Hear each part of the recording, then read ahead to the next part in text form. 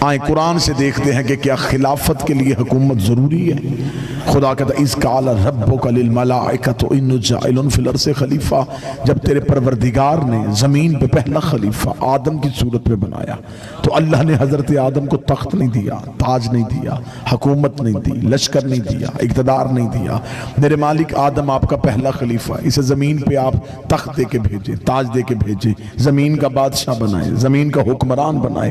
خدا نے کہا تخت بھی دے سکتا تھا، تاج بھی دے سکتا تھا، مشورہ تو میں نے کسی سے کرنا نہیں، میں نے جو کہہ دینا تھا وہ ہو جانا تھا۔ لیکن اگر میں آدم کو تخت اور تاج دے دیتا پھر قیامت تک کے لیے دلیل بن جاتی، جس کے پاس تخت ہوتا وہ میرا خلیفہ بن جاتا، جس کے پاس تاج ہوتا وہ میرا خلیفہ بن جاتا۔ پھر تم کس کس کو روکتے؟ جو بھی تخت پہ بیٹھتا وہ کہتا میں اللہ کا خلیفہ ہوں۔ اللہ نے آدم کو بھی تخت دیا تھا، مجھے بھی تخت دیا ہے۔ خدا نے کہا میں نے آدم کو تخت نہیں دیا، میں نے خدا نے کہا آدم کو میں نے ایک امتیاز بخشا تھا، ایک انفرادیت بخشی تھی۔ میرے مالک وہ کیا بخشی تھی؟ فرمایا میں نے فرشتوں سے سجدہ کروایا تھا، فرشتوں سے سجدہ کروا کے میں نے دنیا کو زبانیں بند کر دی ہیں۔ اب قیامت تک یہ نہ دیکھنا تخت کس کے پاس ہے، یہ دیکھو فرشتہ کس کے دروازے پہ آ رہا۔ بسم اللہ۔ اب قیامت تک اصول یہ نہیں ہے کہ تخت کس کے پاس ہے، یہ دیکھو فرشتہ کس کے دروازے پہ جھکنے کے لیے آ رہا۔ ہم بھی لوگوں سے یہی کہتے ہیں اللہ نے قرآن میں اگر اپنے بنائے ہوئے کو فرشتوں سے سجدہ کروایا ہے، جسے بھی خلیفہ منوانا چاہو ہم ماننے کے لیے تیار ہیں، لیکن نوکری فرشتہ کرتا ہوں۔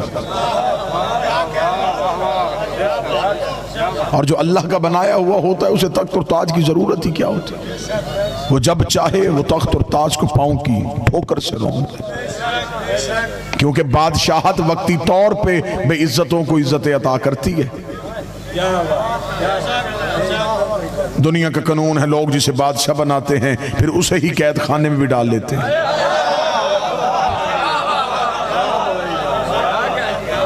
لیکن اللہ جسے امام بنائے لوگوں کے گھٹانے سے گھٹ نہیں سکتا، لوگوں کے چھپانے سے وہ چھپ نہیں سکتا، بلکہ امام قید خانے میں ہو تو امام قید خانے میں بھی تبلیغ دین نہیں چھوڑتا۔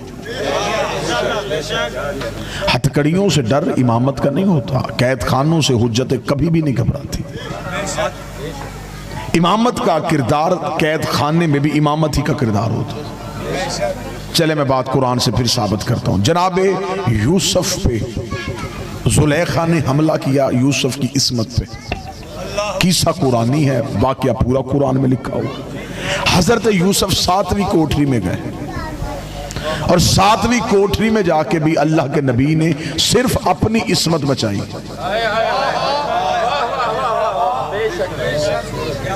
میں بڑی سلیس بڑی سادہ گفتگو سے آپ کو خلافت کا اور امامت کا فرق سمجھانے لگا۔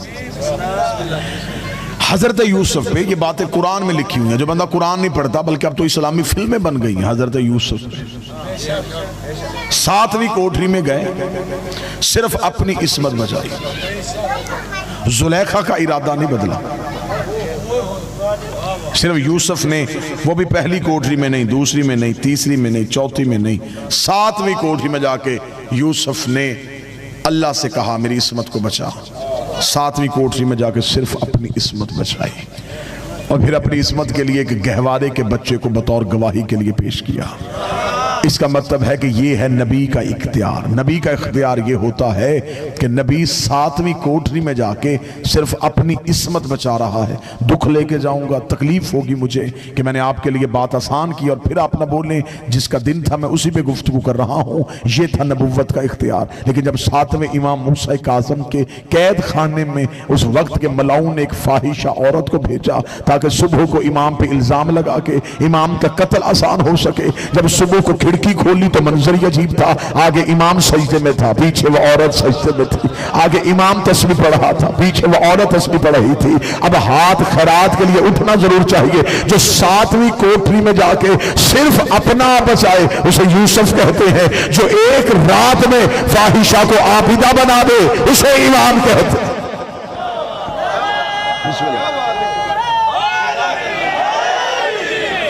بسم اللہ بسم اللہ بسم اللہ۔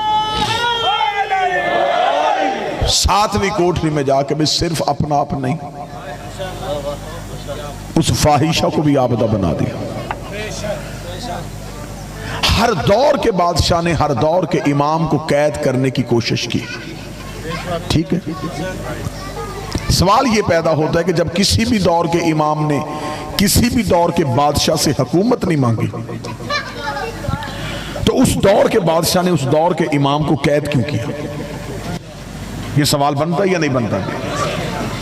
میں نے بالکل موضوع پہ رہنا ہے اور گفتگو موضوع پہ میں کر رہا ہوں۔ ہر دور کے امام نے ہر دور کے بادشاہ سے کبھی بھی تخت اور تاج نہیں مانگا، اور ہر دور کے بادشاہ نے ہر دور کے امام کو قید کر لیا۔ مجبوری کیا تھی؟ بادشاہ قید کیوں کرتے تھے؟ جب امام اس سے مانگتے کچھ نہیں تھا، مطالبہ ہی کچھ نہیں تھا، تخت وہ بیٹھے رہتے، تاج پہنے رکھتے، امام کچھ کہتے ہی نہیں تھے، پھر یہ امام کو قید کیوں کرتے تھے؟ اگر آپ مجھے یہی کہیں کہ پاک بادشاہ کی دہلیز پہ ہمیں ایک جملے میں پوری بات سمجھا دے تو میں بی بی سے خیرات مانگ کے ایک جملہ لے کے آیا ہوں، وہ میں جملہ آپ کی سماعتوں کی نظر کر دیتا ہوں۔ یہ امام قید نہیں کرتے تھے، یہ کردار محمد کو لوگوں سے چھپاتے تھے۔ بادشاہ حسین عزت عطا فرمائے۔ بسم اللہ۔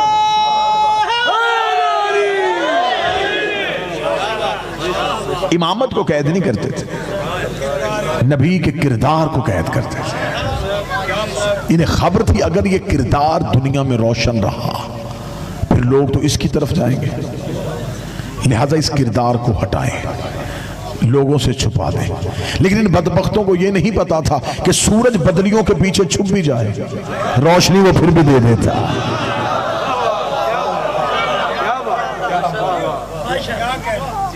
خدا نے پہلا ہدایت کا چراغ جلایا، امت نے بجھا دیا۔ خدا نے دوسرا جلایا، امت نے بجھا دیا۔ خدا نے تیسرا جلایا، امت نے بجھا دیا۔ 11 چراغ ہدایت کے خدا نے اس امت میں جلائے، امت بجائے، اور خدا کہتا رہا فَبِأَيِّ آلَاءِ رَبِّكُمَا تُكَذِّبَانِ، تم میری کس کس نعمت کو جھٹلاؤ گے، تم میری کس کس نعمت کو جھٹلاؤ گے۔ میں نے کبھی تمہیں علی کا عدل دیا تھا، کبھی حسن کا حسن دیا تھا، کبھی حسین کی کریمی دی تھی، کبھی سجاد کا سجدہ دیا تھا، کبھی باقر کا حلم دیا تھا، کبھی جعفر کی صداقت دی تھی، کبھی کاظم کی حوائج دی تھی۔ میں ایک ایک چراغ جلاتا رہا، تم بچاتے رہے۔ خدا نے کہا تم اس قابل ہے ہی نہیں کہ میں 12واں ہدایت کا چراغ تمہارے درمیان جلاؤں۔ خدا نے 12ویں چراغ ہدایت کو توحید کے فنوس کے اندر جلا دیا ہے۔ آیا اب فنوس سے توحید میں جل رہا ہے 12واں چراغ۔ ابھی وہاں پہنچ نہیں سکتے، زہر دے نہیں سکتے، تیر مار نہیں سکتے، تلوار چلا نہیں سکتے۔ اب زمین میں بیٹھ کے کہنا شروع کر دیا وہ ہے ہی نہیں، اس نے آنا ہی نہیں ہے۔ اس لیے تو میر مونس نے کہا تھا فنوس بن کے جس کی حفاظت ہوا کرے وہ شمع کیا بجھے جسے روشن خدا۔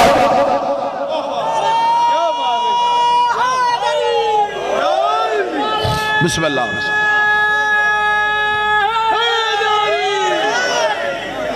بسم اللہ بسم اللہ۔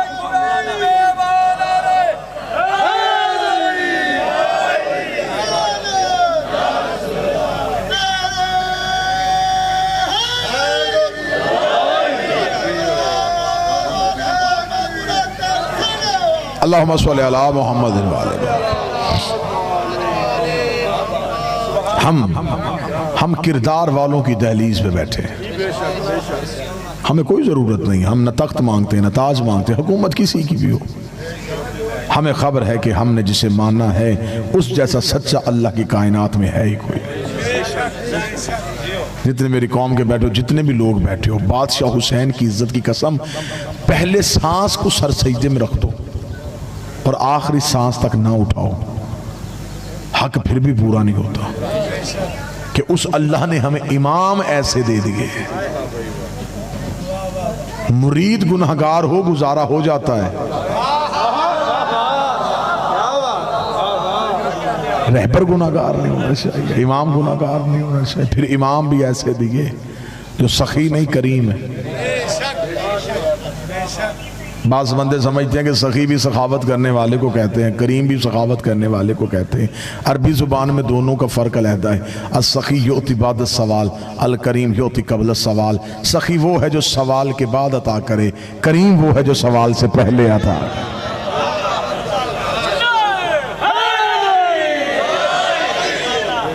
جو سائل کو سوال کی شرمندگی سے بھی بچا دے۔ جتنے زیارات کر کے آئے ہیں ایران کی اس بات کی گواہی دیں گے، وہاں امام موسیٰ کاظم کی ایک کنیز کا روزہ بھی ہے، جناب شتیتہ خاتون غریب عورت ہے، انتہائی غریب ہے، مال خراج مدینے جا رہا ہے، اور اونٹ جو ہیں وہ بھرے ہوئے ہیں سونے اور چاندی اور چادروں کے ساتھ.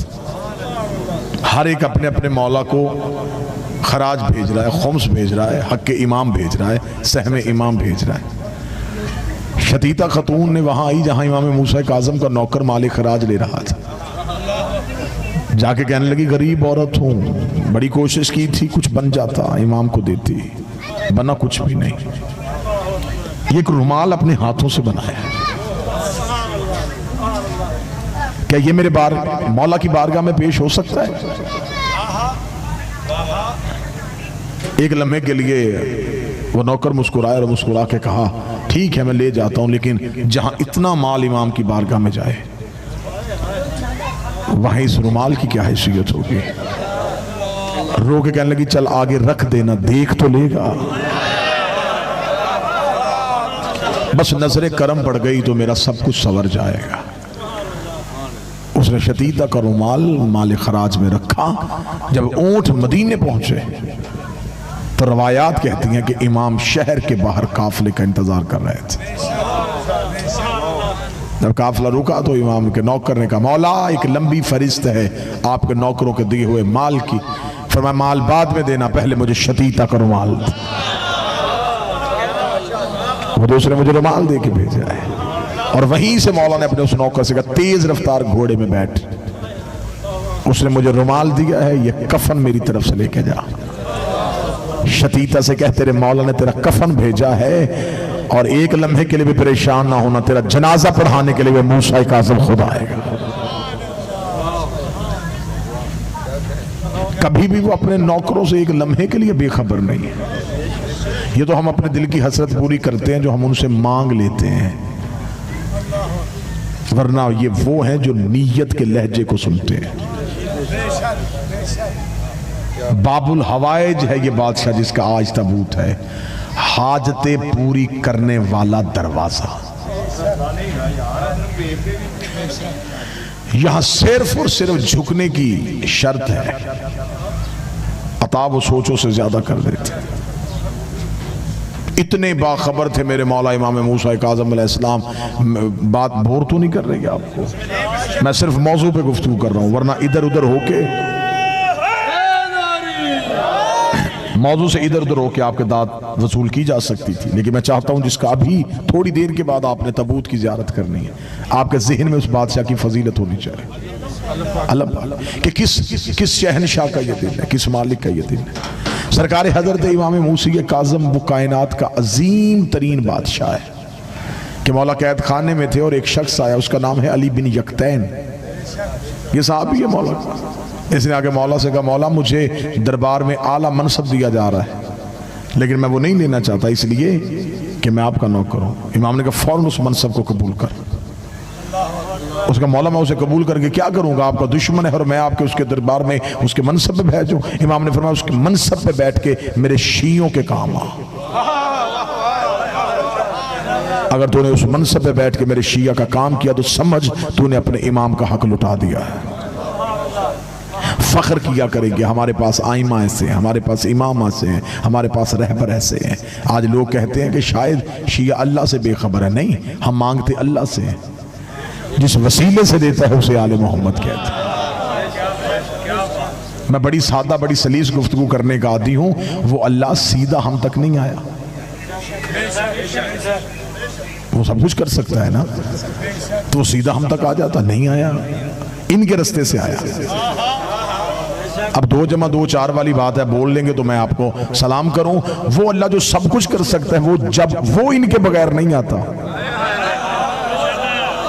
تو پھر ہم ان کے بغیر اس تک کیسے جا سکتے ہیں؟ اس اللہ نے انہیں چنا ہے ہم تک آنے کا. یہ اللہ کو ہم تک پہنچاتے ہیں. مانگتے ہم اللہ سے ہیں، دعائیں ہماری اللہ تک ہیں. ہمارا عقیدہ ہے رازق وہ ہے، تقسیم ان سے کرواتا ہے. مالک وہ ہے، بانٹتے یہ ہیں. ہر چیز پہ نگران اللہ کی ذات ہے. لیکن یہ وہ واسطہ فیض ہے جو اللہ کا کرم ہم تک پہنچاتے ہیں. وہ رحیم ہے، رحم یہ کرتے ہیں. وہ کریم ہے، کرم یہ کرتے ہیں. آپ پریشان ہوگا تو میں بڑی سادہ سی بات سے آپ کو ابھی یہی بیٹھے بیٹھے مطمئن کر دیتا ہوں 13 رجب کو علی کی ماں خانہ کعبہ کے قریب آئی تھی، ایسا ہی دیوار پھٹ گئی تھی، بی بی کعبہ کے اندر چلی گئی، 13 رجب بی بی کعبہ میں رہی، 14 رجب بی بی کعبہ میں رہی، 15 رجب بی بی کعبہ میں رہی، 16 رجب تک علی کی ماں کعبہ میں رہی۔ مجھے پھٹی سے پھٹی کتاب کے جھوٹے سے جھوٹے راوی کی ایک روایت کوئی بندہ لا کے دکھائے کہ ان 3 دنوں میں ایک دن بھی حضرت عمران بی بی کو ڈھونڈنے آئے ہوں، ایک دن بھی رسالت ماب گھر سے نکلے ہوں کہ ہماری اماں کہاں ہیں۔ حضرت عمران کو بھی خبر تھی کہ بی بی کہاں ہے، رسول کو بھی پتا تھا کہ ہماری ماں کہاں ہے، بی بی کعبہ کے اندر بیٹھی رہی۔ اب آپ کیا سمجھتے ہیں کہ کیا مکے والے بھی چپ ہو کے بیٹھے تھے؟ نہیں، مکے والے تو بڑے پریشان تھے کہ ایسا تو کبھی بھی نہیں ہوا، پہلی بار ہوا ہے کہ ابو طالب کی زوجہ گھر کے قریب آئی اور دیوار پھٹی ہے اور بی بی کعبے کے اندر چلی گئی ہے اور ابھی تک باہر نہیں آئی۔ مکے والے بار بار کعبہ کے قریب آتے تھے، کبھی دیواروں کو کان لگاتے تھے، کبھی مکے والے کعبہ کا چکر کاٹتے تھے، دن والے رات والوں سے پوچھتے تھے، رات والے دن والوں سے پوچھتے تھے ابو طالب کی زوجہ آئی یا نہیں آئی، ابو طالب کی زوجہ آئی یا نہیں آئی۔ آخر 16 رجب کو مکے والوں کے صبر کا پیمانہ لبریز ہو گیا۔ کتابیں کہتی وہ اللہ کے گھر کے دروازے پہ آئے اور اللہ کے دروازے پہ دستک دینی شروع کی، بار بار دستک دیتے تھے اور اونچی اونچی آوازیں دے کے کہہ رہے تھے ابو طالب کی زوجہ آپ خیریت سے ہیں، ابو طالب کی زوجہ تو باہر ہے۔ اللہ کے دروازے پہ دستک ہو رہی تھی، آواز پروردگار آئی، اے فاطمہ کاش میں تجھے اور مہمان رکھتا، لیکن اب میرے دروازے پہ دستک ہو رہی، اب ذرا اٹھیے دروازے کو کھولیے۔ بی بی جا رہی تھی دیوار کے قریب، آواز آئی دیوار سے نہیں جانا، اب دروازے سے جانا ہے، اس لیے کہ لوگ میرے دروازے پہ دستک دے رہے ہیں، دروازہ کھول کے انہیں علی دکھا تاکہ میں دنیا کو بتا دوں جب اللہ کے دروازے میں دستک دی جائے تو اندر سے جلی نہیں آتا، اندر سے علی آتا۔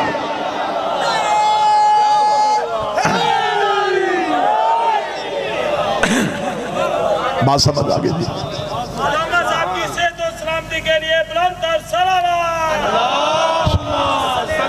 امام زمان کی صحت و سلامتی کے لیے بابا سے بلند صلوات پڑھئے گا، اللہم صلی علی محمد مانگتے ہم اللہ سے بسم اللہ۔ انشاءاللہ 30 جون لکھو ڈیر حاضری ہوگی، آپ کا سلام بھی ہوگا۔ یہ ہے ہمارا عقیدہ، ہم اللہ کو سب کچھ مانتے ہیں لیکن اللہ جن کے ذریعے سے ہمیں دیتا ہے، رزق ہمیں یہ دے دیتے ہیں، اولاد ہمیں یہ دے دیتے ہیں، ہم نے یہ اللہ کی بارگاہ میں سفارش رکھی ہوئی ہے بچا کے، ہمیں اپنے عملوں پہ یقین نہیں، ہمیں اپنی سفارش پہ بڑا یقین ہے۔ ہمیں یہ پتا ہے کہ جو ہمارے بادشاہ ہیں، جو ہمارے امام ہیں، بندے اپنے شہر کے اپنے محلے کے تھانے میں اسے لے کے جاتے ہیں جس کی تھانے میں چلتی ہو۔ میں بڑی سادہ سادہ باتیں کر رہا ہوں۔ بندے کہتے ہیں یار ایک بچہ ہے بس اس سے غلطی ہو گئی ہے، اسے پولیس والے پکڑ کے لے کے گئے ہیں، کسے لے کے جائیں جس کی بات مانی جائے؟ پھر کوئی نہ کوئی محلے میں ایسا معزز اور شریف ہوتا ہے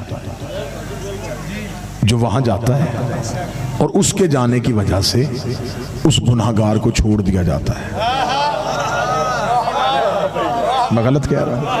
اس کا مطلب ہے کہ اللہ نے بندے کو اتنی عقل دی ہے کہ وہ اپنے شہر کے تھانے میں اسے لے کے جاتا ہے جس کی تھانے میں چلتی ہے۔ منت کر کے گلی میں کہہ رہا ہوں اللہ کی عدالت میں اسے لے کے جانا جس کی اللہ کی عدالت میں چلتی ہے، جس کی چلتی ہے۔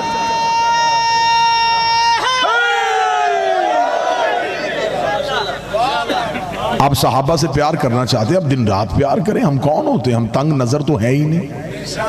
آپ دن رات پیار کریں، آپ صحابہ کے نام پہ نغمے، صحابہ کے نام پہ قصیدے پڑھیں، گھروں میں صحابہ کا نام لکھوائیں۔ لیکن میں بازار میں ہوں، شیعہ قوم کا ایک فرد ہوں، منت کر کے کہتا ہوں صحابی جنت میں جا سکتا ہے؟ لے جانے سے صحابی کوثر پی سکتا ہے؟ پلا نہیں سکتا۔ ہماری مجبوری ہے، ہمیں جانے والا نہیں چاہیے، لے جانے والا چاہیے۔ ہم دنیا میں جتنا عرصہ بھی جی لیں گے ہمیں اپنے عملوں پہ یقین نہیں، اللہ کی بارگاہ میں جانا ہے، اب ہمیں وہاں سفارش چاہیے، کوئی ایسا چاہیے جو ہمیں پار کروا دے۔ اور یہ اللہ نے گنجائش ہمیں دی، اللہ نے کہا ہاں امال کی وجہ سے نہیں، میں تمہیں امام کی وجہ سے پار کروں گا۔ اس لیے تو خدا نے قرآن میں یہ نہیں کہا کہ قیامت والے دن جب تمہیں آواز دوں تو سروں پہ امال لائے کے دوڑنا میری طرف، خدا نے کہا یوم النطو،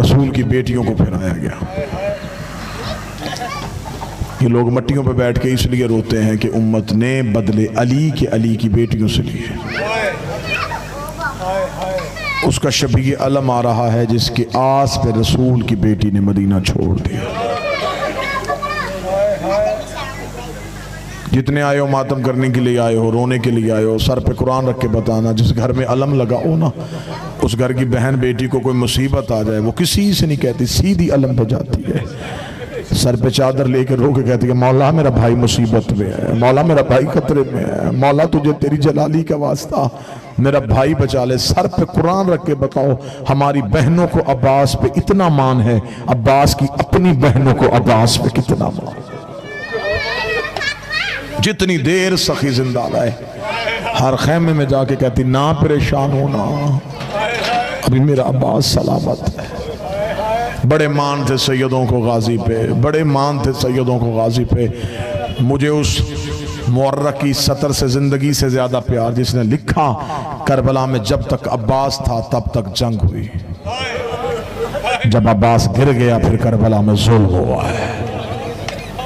خبر ہو گئی کہ سیدوں کی آس چلی گئی ہے۔ کتابیں کہتی ہیں جب آخری ودا کرنے کے لیے آئے نا علی کی بیٹی کے خیمے میں، مولا غازی نے کہا آقا زادی عباس جا رہا ہے، تو دروازے پہ کھڑے تھے سخی عباس، بی بی رو کے کہا اما فضا عباس سے کہا اجازت مانگنی تو میرے خیمے کے اندر آ۔ عباس نے رو کے کہا میری اتنی جرت ہے کہ میرے قدم زہرا کی بیٹی کے خیمے میں جائیں۔ عباس میں اجازت دے کے کہتی ہوں عباس ایک بار میرے خیمے میں عباس خیمے میں گئے۔ کتابیں کہتی ہیں علی کی بیٹی کبھی کنات کے دائیں دروازے پہ لگتی کبھی بائیں دروازے پہ لگتی، رو رو کے بی بی کہہ رہی تھی صدقت امیر المومنین، صدقت امیر المومنین، صدقت امیر المومنین، سچ کہا تھا میرے باب علی نے، سچ کہا تھا میرے باب علی نے، سچ کہا تھا میرے باب علی نے۔ عباس نے رو کے کہا بی بی کیا کہا تھا تیرے باب علی نے؟ تڑپ کے کہتی ہے جب 21 رمضان کو میں بابے کے سر پہ بیٹھی قرآن پڑھ رہی تھی تو میرے بابے نے کہا زینب خاموش ہو جا، بس میں نے تیرا لہجہ سننا تھا، اب مجھے یقین ہو گیا تو شام کے بازار میں خطبے پڑھ لے گی۔ میرے بابے نے اتنا کہہ کے آنکھیں بند کر لی۔ عباس میں تجھے چلتا ہوا دیکھتی تھی، میں دل میں سوچتی تھی میرا بابا کہتا تھا بیٹی شام جائے گی، جس کا عباس جیسا بھائی ہو وہ شام کیسے جا سکتی ہے؟ عباس جیسے جیسے تو جوان ہوتا گیا عباس میری حسرتیں بڑھتی گئی۔ عباس آج تو مقتل میں جا رہا ہے، اب مجھے یقین ہو گیا رسیاں بھی پہنوں گی، شام کے بازار میں بھی جاؤں۔ تڑپ گئے سخی عباس، رو کے کہتے بی بی حسین مالک سے کہہ اجازت دے شام سے پہلے کوفے کے صدر دروازے پہ علم نہ لگاؤں، مجھے علی کا لال لگے۔ چلتے ہوئے سخی عباس، یہ ودا ہے عالیہ سے، اب ایک ودا سننا حسین مالک سے۔ ودا پڑھنے لگا، جب آئے نا تو کتاب میں مقتل میں جو جملے لکھے بعین ہی وہ جملے پڑھوں ہوں۔ عباس خیمے کی طرف سے ٹیلے کی طرف آئے، مولا حسین کی حالت کیا ہے؟ قبضہ تلوار پہ سر، حسین نے یوں سر اٹھا کے عباس کو آتے دیکھا۔ عباس کے آنے سے پہلے حسین نے تلوار زمین پہ پھینکے دونوں ہاتھ کمر پہ رکھے، جا کے کہا غازی میری کمر ٹوٹ گئی، عباس تیرے جانے کے بعد حسین تنہا رہ جائے گا۔ یہ کہتے ہوئے حسین نے عباس کی کلائی میں ہاتھ رکھا۔ کربلا کے ٹیلے کے پیچھے حسین گئے، کربل کے ٹیلے کے پیچھے حسین نے جا کے کہا عباس میں نے تجھے تنہائی میں کوئی بات کرنی ہے۔ عباس نے کہا جی مالک حکم کر، نوکر کے لیے کیا حکم ہے؟ مقتل کہتی ٹیلے کے پیچھے جا کے حسین نے سر سے امامہ اتارا، رو کے کہا ایک بار مجھے گلے سے لگا۔ عباس نے حسین کو سینے سے لگایا۔ مقتل کہتی سسکیاں لے لے کے رویا، زہرا کا بیٹا چیخے مار مار کے رویا، رو کے کہتا مجھے بہنوں کے سامنے روتے شرم آتی ہے، مجھے بیٹیوں کے سامنے روتے شرم آتی ہے۔ عباس تجھے تنہائی میں اس لیے لے کے آیا ہوں، عباس مجھے ایک سوال کا جواب دے اور پھر مقتل میں چلا جا۔ عباس رو کہتا مولا کس سوال کا جواب؟ رو کہتا مجھے صرف اتنا بتا میں بہنیں لے کے کہاں جاؤں، میں بیٹیاں لے کے کہاں جاؤں؟ عباس تیرے سہارے پہ میں نے مدینہ چھوڑا تھا، جب مات ہوا تو ماتم کی تیاری کرنا، یہیں پہ گریا ہوا تو یہیں پہ علم برآمد ہو جائے گا۔ عباس مقتل کی جانب چلے، حسین کے قدم پیچھے چلے، حسین کی آواز آئی عباس آخری ایک حکم۔ عباس نے کہا جی مالک کون سا؟ فرمایا عباس اپنی تلوار مجھے دے کے جا۔ عباس کی تلوار تلوار نیام سے کھینچی۔ عباس نے لوگ کہا مولا جب تلوار ہی تو نے رکھنی ہے پھر میں نے مقتل میں جا کے کرنا کیا ہے؟ حسین کی آواز ہے صرف پانی لانا ہے، تو نے لڑنا نہیں ہے، تو نے تلوار نہیں اٹھانی۔ عباس کی آواز ہے تلوار دے دے، میں وعدہ کرتا ہوں میں لڑتا نہیں۔ حسین نے تلوار ہاتھوں میں رکھا، عباس ایک بات سن اور تلوار اٹھا لے۔ عباس کا مولا کون سی؟ پھر میں بے شک تلوار لے کے جاری لے جا، جتنا مارنا انہیں مار، جتنا دوڑانا انہیں دوڑا، لیکن اتنا یاد رکھنا جتنے زخم تو نے شامیوں کو لگانے ہیں بدلے میری زینب نے لینے ہیں۔ عباس میری سکینہ بڑی چھوٹی ہے، میری سکینہ سے میری تلوار کے بدلے دیے نے۔ عباس میری سکینہ بڑی چھوٹی ہے۔ سادات و غیر سادات کتنا قد تھا عباس کا، کتابیں کہتی گھوڑے کی زین پہ بیٹھتے تھے تو پاؤں زمین پہ لگتے تھے، اتنا دراز قد تھا علی کے شیر کا۔ آخری جملہ پڑھنے لگا ہوں، علم سامنے لے کے آنا، میں یہی پہ مالک علم کی برآمدگی کرواؤں۔ میں پھر جملہ دہران لگا، کتنا دراز قد تھا، گھوڑے پہ بیٹھتے، پاؤں زمین پہ لگتے۔ کتابیں کہتی ہیں جب کربلا کے بعد غازی کی ماں بی بی ام البنین پہلی بار کربلا آئی ہے، سجاد نے عباس کی ماں کے بازو کو تھاما ہوا تھا، مولا سجاد جھکی ہوئی کمر کے ساتھ جناب ام البنین کو لے کے آ رہے تھے۔ بی بی رو کے کہتی ہے سجاد میرا مولا مجھے صرف اتنا بتا میرا غازی کہاں سویا ہوا ہے، مجھے عباس سے چند باتیں کرنی ہے۔ کتابیں کہتی ہیں چلتے چلتے ایک ایسی جگہ پہ آئے جہاں پہ سجاد کی آواز اماں یہیں پہ بیٹھ جا، یہ سامنے قبر ہے تیرے غازی کی، جو غازی کا معافی بیٹھا ماتم ضرور کرنا۔ عباس کی ماں روتی روتی بیٹھی، بی بی نے قبر پہ ہاتھ مارے، ہاتھ مار کے بھی نہیں سجاد یہ میرے غازی کی قبر نہیں ہے۔ فرمایا اماں میں امام ہو کے کہہ رہا ہوں یہ تیرے عباس کی قبر ہے۔ بی بی رو کے کہتی میرے عباس کا تو قد بڑا لمبا تھا، یہ تو کسی چھوٹے سے بچے کی قبر ہے۔ اتنا کہنا تھا، سجاد نے ماں کے گلے میں باہیں ڈالی، روکا جتنا عباس ملا اتنا اٹھا کے لے آیا۔ امت نے مارا ہی بڑا تیرے غازی کو، دایا بازو بھی گر گیا، بایاں بازو بھی گر گیا۔ عباس کو حسین نے مقتل سے چور چور کے کہا زینب تیرا برقع بکھر گیا۔ ماتم حسین